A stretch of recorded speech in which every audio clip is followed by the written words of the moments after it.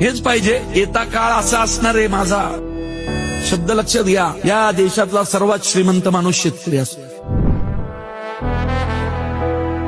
कारण सगळं मिळणार आहे या जगात, प्युअर अन्न मिळणार नाहीये आणि ते आम्ही देणार आहे. ते देण्यासाठी जमिनी ठेवा.